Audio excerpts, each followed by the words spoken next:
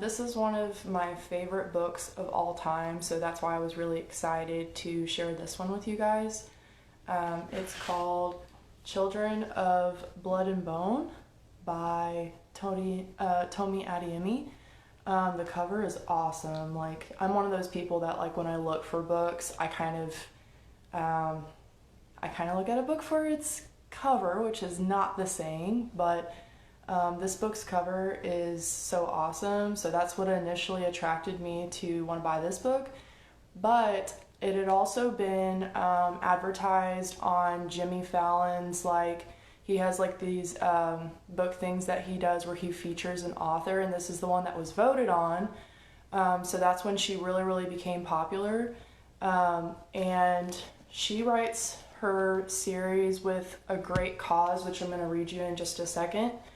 But yeah, it's called Children of Blood and Bone, and I'm gonna read you guys the cover of it just to introduce the book a little bit. If you're a person who likes things that like center around magic, or like things where like it takes place in another culture that's unique, this book would be good for you. Like, they kind of compared it to, like, if you're a lover of like the Hunger Games, or you're a lover of like Harry Potter, or just any of those kind of like different books that involve like magic, then this book would be for you. So I'm going to introduce it like that. I'm going to read you guys the inside cover, which is kind of the outline of the book itself. And then I'm going to read you the first chapter and then the author's note, because the author's note is actually really important to tell you why this book is so important and why it's so relevant to our world today. So the inside cover, and there are a lot of names that are like, the author is Nigerian American, so there's a lot of names that are like unique, so I'm so sorry if I butcher some of the names. So the main character's name is Zili. And so it says, Zili Adebola remembers when the soil of Orisha hummed with magic. Burners ignited flames, tiders beckoned waves, and Zili's reaper mother summoned forth souls. But everything changed once magic disappeared. Under the orders of a ruthless king, the Magi were targeted and killed, leaving Zili without a mother and her people without hope. Now Zili has one chance to bring back magic and strike against the monarchy. With the help of a rogue princess, Zili must outwit and outrun the crown prince, who is hell-bent on eradicating magic for good. Danger lurks in Orisha, where snow leopards prowl and vengeful spirits wait in the waters. Yet the greatest threat may be Zili herself, as she struggles to control her powers and her growing feelings for an enemy. So basically this book, without giving like a lot away, because it's a really great book, is going to be centered on magic. There's these people who, by birthright, like, they inherit the ability to do magic. And there's a kingdom that takes over and says basically, like, these people shouldn't be able to use magic because it's too dangerous. And these people are actually oppressed because of their ability to maybe have magic. But because of this, magic has actually been like bred out of them. So this is a search for her to seek justice for her community and bring back magic into their community. So that's how I'll introduce the book. And then I'm going to read you guys the first chapter because I think it's really awesome. There's actually an introduction to it, but it's a little bit, like, there is going to be some violence in this, because you'll see, like, when I read the author's note, like, what this is based off of in the real world. So I'm not going to read that part, but if you get this book, there's obviously like a lot in there. And because this is a new world, I wanted to show you at the beginning, this is her map. So she's got these beautiful illustrations of like the world that she created. So she is a fantastic world builder. She spends a lot of the book building up her characters so that you get to know them. Throughout the book, she actually has multiple character changes. So like at the beginning, it starts with Zili's point of view, and then it goes into like 2 or 3 other characters' point of views. And like I said, this book is a series, so it'll continue. I haven't read the second one yet, but I'm really excited to read it. So here's the first chapter. Chapter 1, and this is in Zili's point of view, our main character. Pick me. It's all I can do not to scream. I dig my nails into the marula oak of my staff and squeeze to keep from fidgeting. Beads of sweat drip down my back, but I can't tell if it's from dawn's early heat or from my heart slamming against my chest. Moon after moon I've been passed over. Today can't be the same. I tuck a lock of snow-white hair behind my ear and do my best to sit still. As always, Mama Agba makes the selection grueling, staring at each girl just long enough to make us squirm. Her brows knit in concentration, deepening the creases in her shaved head. With her dark brown skin and muted caftan, Mama Agba looks like any other elder in the village. You would never guess a woman her age could be so lethal. Yemi clears her throat at the front of the adhere, a not-so-subtle reminder that she's already passed this test. She smirks at us as she twirls her hand-carved staff, eager to see which one of us would get to defeat in our graduation match. Most girls cower at the prospect of facing Yemi, but today, I crave it. I've been practicing and I'm ready. I know I can win. Zeely, Mama Agba's weathered voice breaks through the silence. A collective exhale echoes from the 15 other girls who weren't chosen today. The name bounces around the woven walls of the red adhere until I realize Mama Agba's called me. Really? Mama Agba smacks her lips. I can choose someone else. No! I scramble to my feet and bow quickly. Thank you, Mama. I'm ready. The sea of brown faces parts as I move through the crowd. With each step, I focus on my way my bare feet drag against the reeds of Mama Agba's floor, testing the friction I'll need to win this match and finally graduate. When I reach the black mat that marks the arena, Yemi is the first to bow. She waits for me to do the same, but her gaze only stokes the fire in my core. There's no respect in her stance, no promise of a proper fight. She thinks because I'm a diviner, I'm beneath her. She thinks I'm going to lose. Bow, Zeely. Though the warning is evident in Mama Agba's voice, I can't bring myself to move. This close to Yemi, the only thing I see is her luscious black hair, her coconut brown skin, so much lighter than my own. Her complexion carries the soft brown of Orishans who've never spent a day laboring in the sun, a privileged life funded by hush coin from a father she's never met.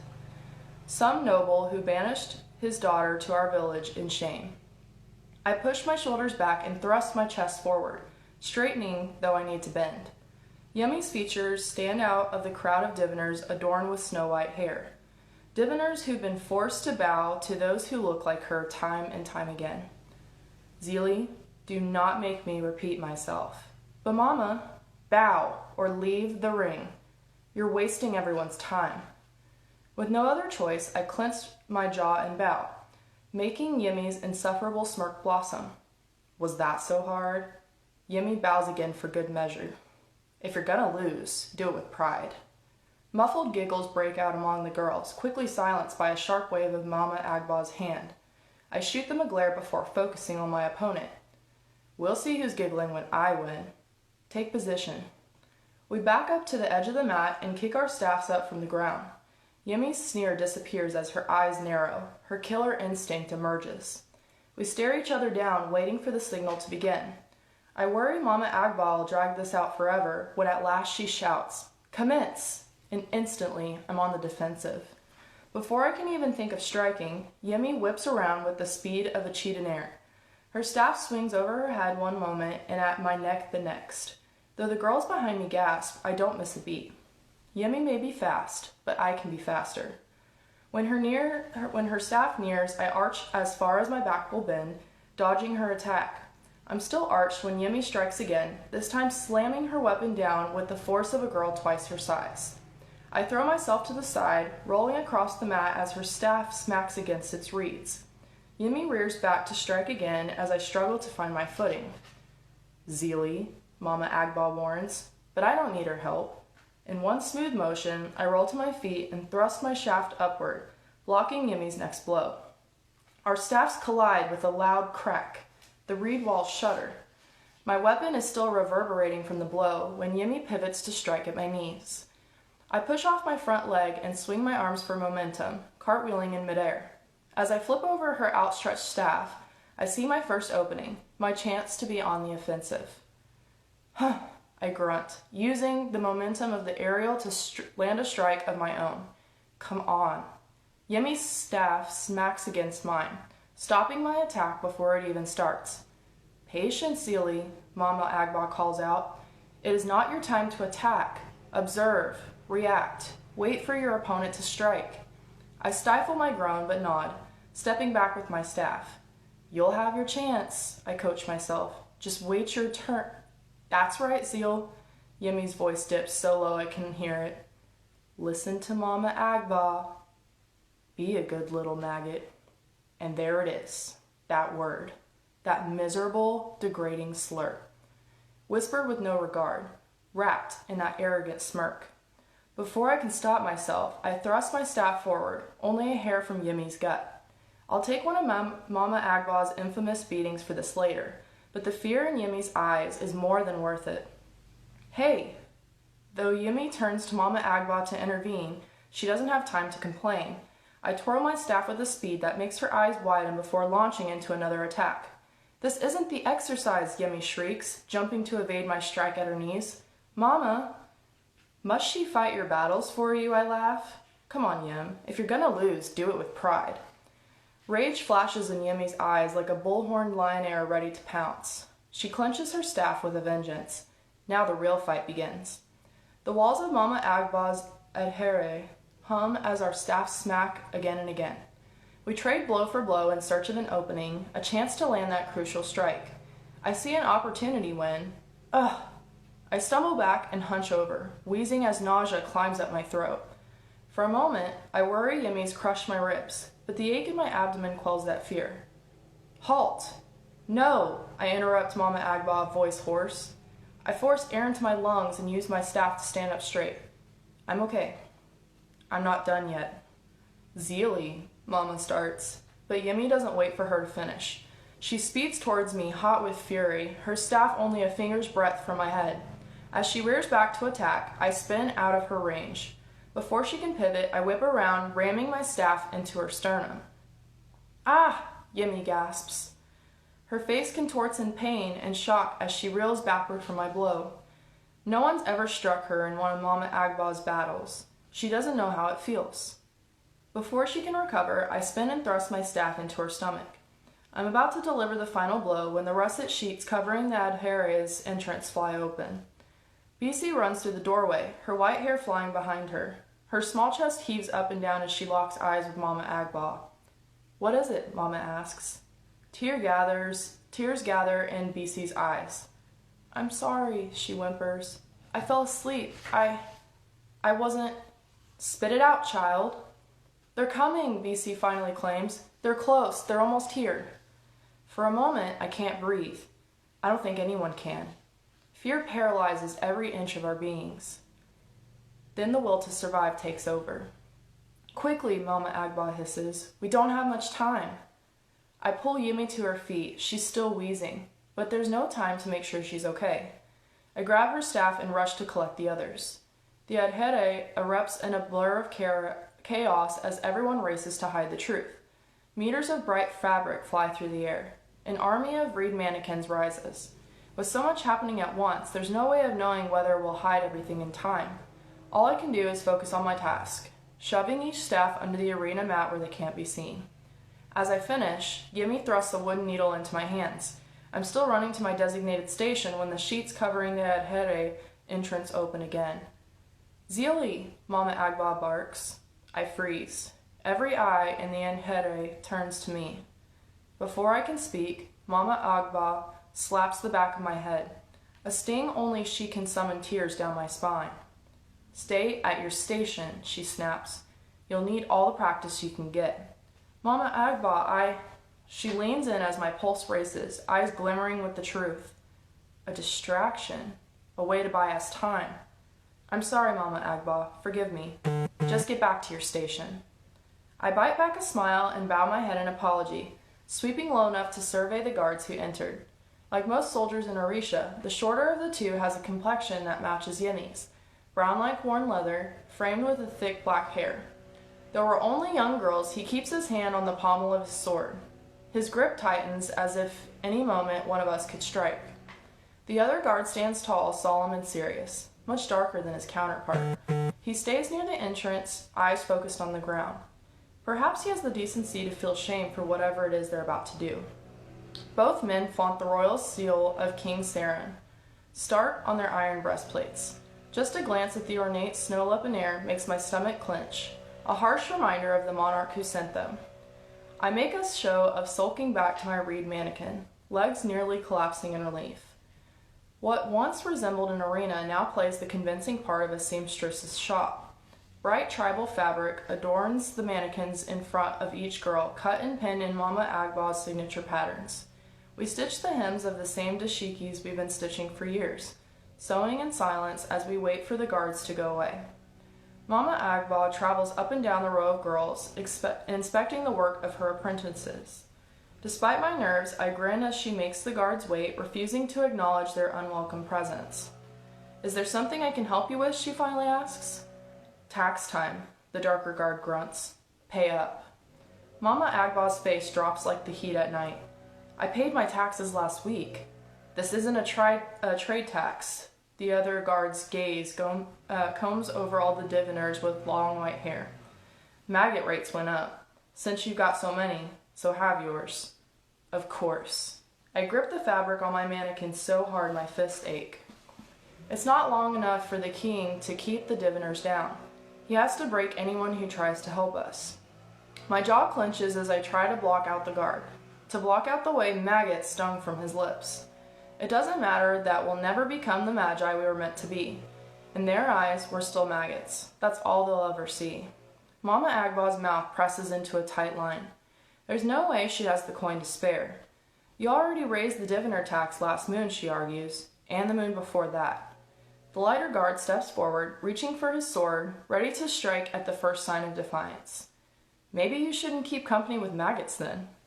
"Maybe you should stop robbing us." The words spill out of me before I can even stop them. The room holds in its breath.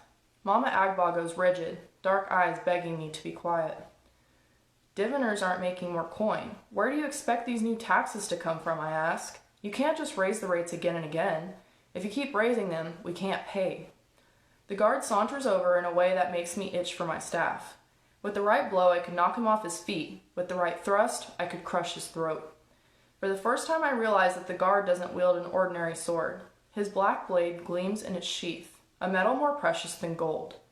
Magicite. A weaponized alloy forged by King Saram before the raid. Created to weaken our magic and burn through our flesh, just like the black chain they wrapped around Mama's neck. A powerful magi could fight through its influence, but the rare metal is debilitating for most of us. Though I have no magic to suppress, the proximity of the magicite blade still pricks at my skin as the guard boxes me in. "You would do well to keep your mouth shut, little girl." And he's right. I probably should. Keep my mouth shut, swallow my rage, live to see another day. But when he's this close to my face, it's all I can do not to jam my sewing needle into his beady brown eye. Maybe I should be quiet. Or maybe he should die. "You shh."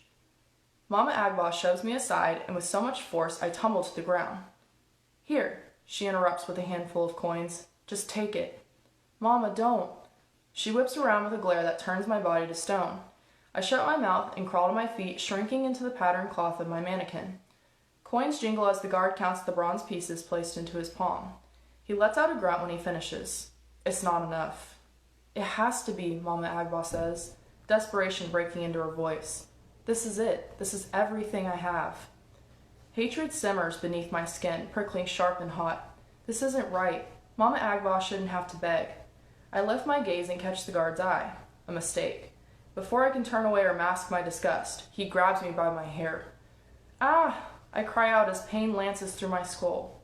In an instant, the guard slams me to the ground face down, knocking the breath from my throat. "You may not have any money," the guard digs into my back with his knee, "but you sure have your fair share of maggots."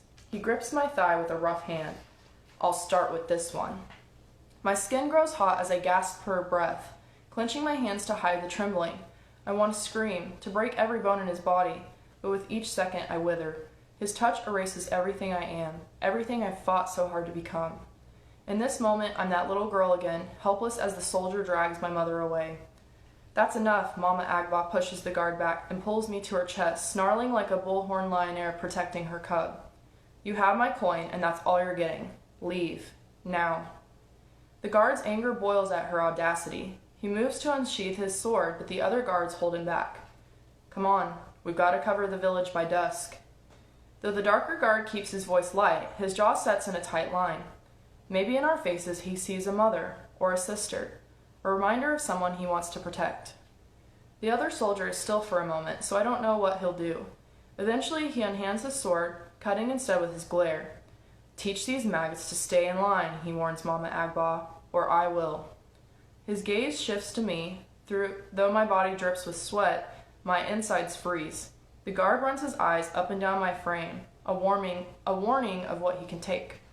Try it, I want to snap, but my mouth is too dry to speak. We stand in silence until the guards exit and the stomping of their metal-soled boots fades away. Mama Agba's strength disappears like a candle blown out by the wind. She grabs onto a mannequin for support, the lethal warrior I know, diminishing into a frail old stranger. Mama. I move to help her, but she slaps my hand away. Ode! Fool, she scolds me in Yoruba, the Magi tongue outlawed after the raid. I haven't heard our language in so long. It takes me a few moments to remember what the word even means. What in the gods' names is wrong with you? Once again, every eye in the Adeyemi is on me. Even little Bisi stares me down. But how can Mama Agba yell at me? How's this my fault when those crooked guards are the thieves? I was trying to protect you. Protect me? Mama Agba repeats. You knew your lip wouldn't change a thing. You've gotten all of us killed. I stumbled, taken back by the harshness of her words. I've never seen such disappointment in her eyes. If I can't fight them, why are we here? My voice cracks, but I choke down my tears. What's the point of training if we can't protect ourselves? Why do you do this if we can't protect you? For God's sakes, think, Zelie. Think about someone other than yourself. Who would protect your father if you hurt those men? Who would keep Zane safe when the guards come for blood?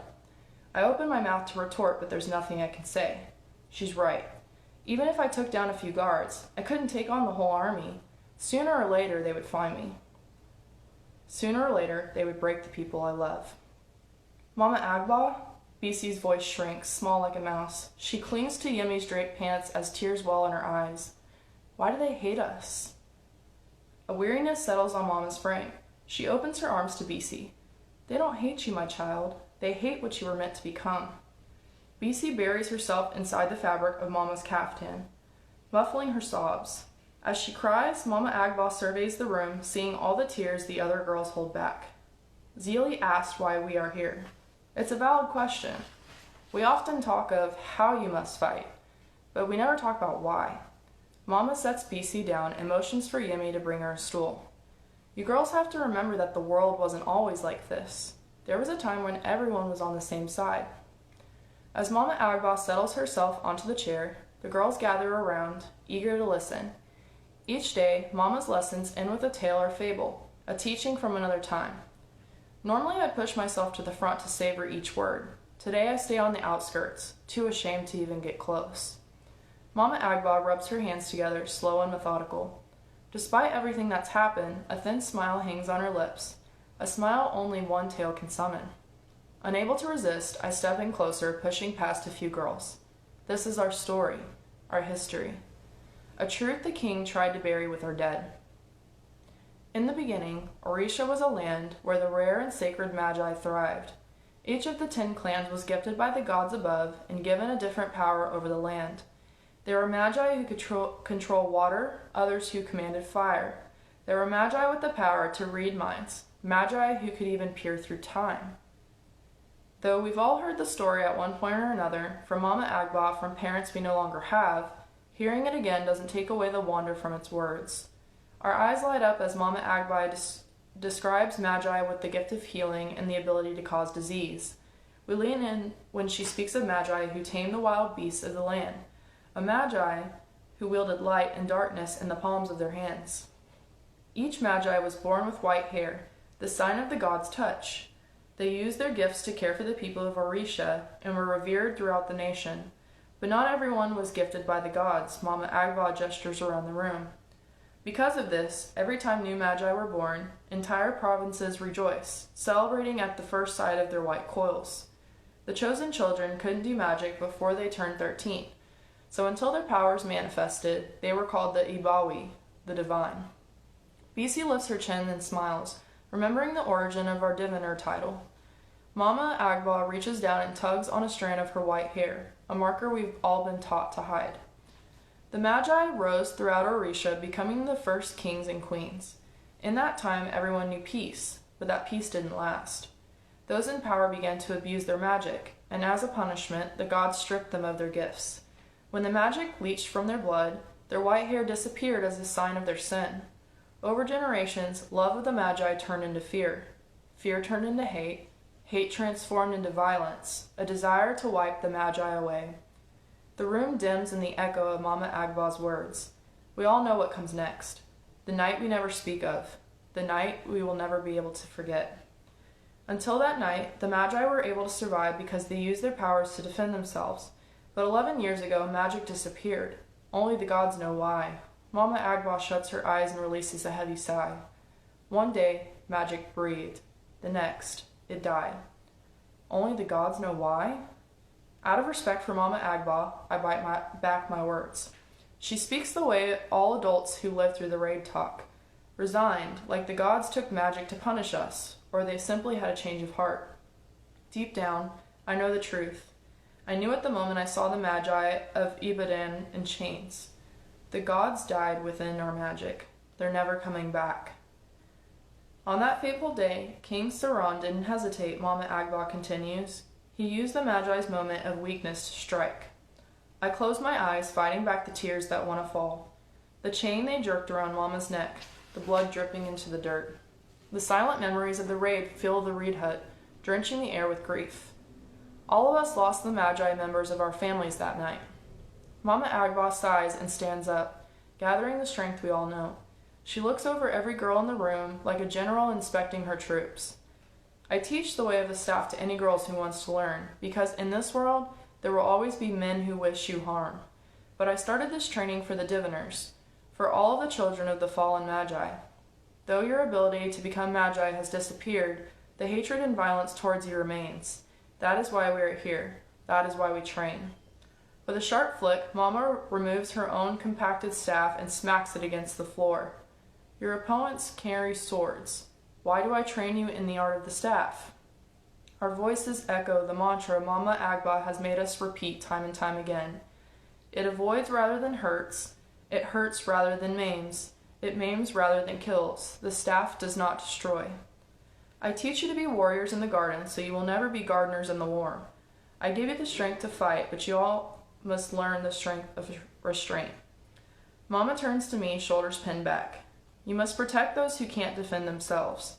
That is the way of the staff. The girls nod, but all I can do is stare at the floor. Once again, I've almost ruined everything. Once again, I've let people down. All right, Mama Agba sighs. That's enough for today. Gather your things. We'll pick up where we left off tomorrow. The girls file out of the hut, grateful to escape. I try to do the same, but Mama Agba's wrinkled hand grips my shoulder. Mama. Silence, she orders. The last of the girls give me sympathetic looks. They rub their behinds, probably calculating how many lashes my own is about to get. 20 for ignoring the exercise, 50 for speaking out of turn, 100 for almost getting us killed. No, 100 would be probably far too generous. I stifle a sigh and brace myself for the sting. It'll be quick, I coach myself. It'll be over before it... Sit, Zelie. Mama Agba hands me a cup of tea and pours one for herself. The sweet scent wafts into my nose as the cup's warmth heats my hands. I scrunch my eyebrows. Did you poison this? The corners of Mama Agba's lips twitch, but she hides her amusement behind a stern face. I hide my own with a sip of tea, savoring the splash of honey on my tongue. I turn the cup in my hands and finger the lavender beads embedded in its rim. Mama had a cup like this. Its beads were silver, decorated in honor of Oya, the goddess of life and death. For a moment the memory distracts me from Mama Agba's disappointment, but as the tea's flavor fades, the sour taste of guilt seeps back in. She shouldn't have to go through this. Not for a diviner like me. I'm sorry. I pick up the beads along the cup to avoid looking up. I know I don't make things easy for you. Like Yemi, Mama Agba is a Kosadon, an Orishan who doesn't have the potential to do magic. Before the raid, we believed the gods chose who was a born diviner and who wasn't. But now that magic's gone, I don't understand what the distinction matters. Free of the white hair of diviners, Mama Agba could blend in with the other Orishans, avoid the guards' torture. If she didn't associate with us, the guards might not even bother her at all. Part of me wishes she would abandon us, spare herself the pain. With her tailoring skills, she could probably become a merchant, get her fair share of coin instead of having them all ripped away. You're starting to look more like her, did you know that? Mama Agba takes a small sip of tea and smiles. The resemblance is frightening when you yell. You inherited her rage. My mouth falls open. Mama Agba doesn't talk of those we've lost. Few of us do. I hide my surprise with another taste of tea and nod. I know. I don't remember when it happened, but the shift in Baba was undeniable. He stopped meeting my eyes, unable to look at me without seeing the face of his murdered wife. That's good. Mama Agba's smile falters into a frown. You were just a child during the raid. I worried that you'd forget. I couldn't if I tried. Not when Mama had a face like the sun. It's the face I try to remember. I know you fight for her. Mama Agba runs her hands through my white hair. But the king is ruthless, Zelie. He would sooner have the entire kingdom slaughtered than tolerate diviner dissent. When your opponent has no honor, you must fight in different ways, smarter ways. Does one of those ways include smacking them with my staff? Mama Agba chuckles, skin crinkling around her mahogany eyes. Just promise me you'll be careful. Promise you'll choose the right moment to fight. I grab Mama Agba's hands and bow my head, diving deep to show my respect. I promise, Mama. I won't let you down again. Good, because I have something, and I don't want to regret showing it to you. Mama Agba reaches into her caftan and pulls out a sleek black rod. It gives it a sharp flick. I jump back as the rod expands into a gleaming metal staff. Wow, I breathe out, fighting the urge to clutch the masterpiece. Ancient symbols coat every meter of the black metal, each carving reminiscent of a lesson Mama Agba once taught. Like a bee to honey, my eyes find the Akofina first, the crossblades, the swords of war. Strength cannot always roar, she said that day. Valor does not always shine. My eyes drift to the Akama beside the swords next, the heart of patience and tolerance. On that day, I'm almost positive I got a beating that day. Each symbol takes me back to another lesson, another story, another wisdom. I look at Mama waiting. Is this a gift, or what she'll use to beat me? Here. She places the smooth metal in my hands. Immediately I sense its power. Iron-lined, weighted to crack skulls. Is this really happening? Mama nods. You fought like a warrior today. You deserve to graduate. I rise to twirl the staff and marvel at its strength. The metal cuts through the air like a knife, more lethal than any oak staff I've ever carved. Do you remember what I told you when we first started training? I nod and mimic Mama Agba's tired voice. If you're going to pick fights with the guards, you better learn how to win. Though she slaps me over the head, her hearty laughter echoes against the reed walls. I hand her the staff and she rams it into the ground. The weapon collapses back into the metal rod. You know how to win, she says. Just make sure you know when to fight. Pride and honor and pain swirl in my chest when Mama Agba places the staff back into my palm. Not trusting myself to speak, I wrap my hands around her waist and inhale the familiar smell of freshly washed fabric and sweet tea. Though Mama Agba stiffens at first, she holds me tight, squeezing away the pain. She pulls back to say more, but stops as the sheets of the adhere open once again. I grab the metal rod, prepared to flick, until I realize my older brother Zane staring in the entrance. The reed hut instantly shrinks in his massive presence, all muscles and strain. Tendons bulge against his dark skin. Sweat rains from his black hair down to his forehead. His eyes catch mine, and a sharp pressure clamps my heart. It's Baba. So that's the end of chapter 1.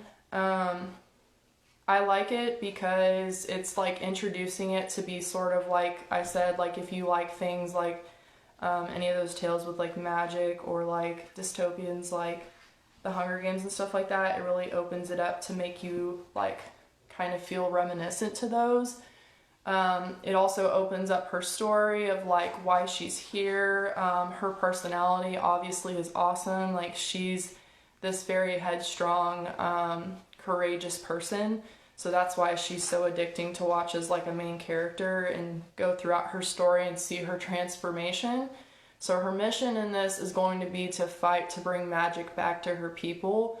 And you'll see like some of the main events of like why she wants to do that so badly, and some of the things that will happen to her. So obviously, because she has the white hair, she is supposed to be meant to be blessed with magic, so that's like gonna lead her on her search. I did also want to read you guys the author's note. I'm gonna like edit out some of the parts of the author's note because it's actually meant to be read at the very end of the book, because there are some like spoiler alerts in the author's note as well. But I think it's important to like give even more context to why this book is so important and why I recommend so much for you guys to read it.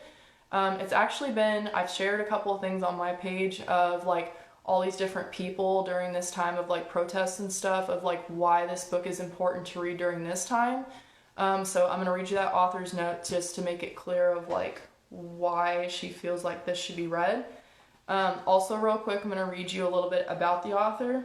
So it says, Tomi Adeyemi is a Nigerian-American writer and creative writing coach in San Diego, California.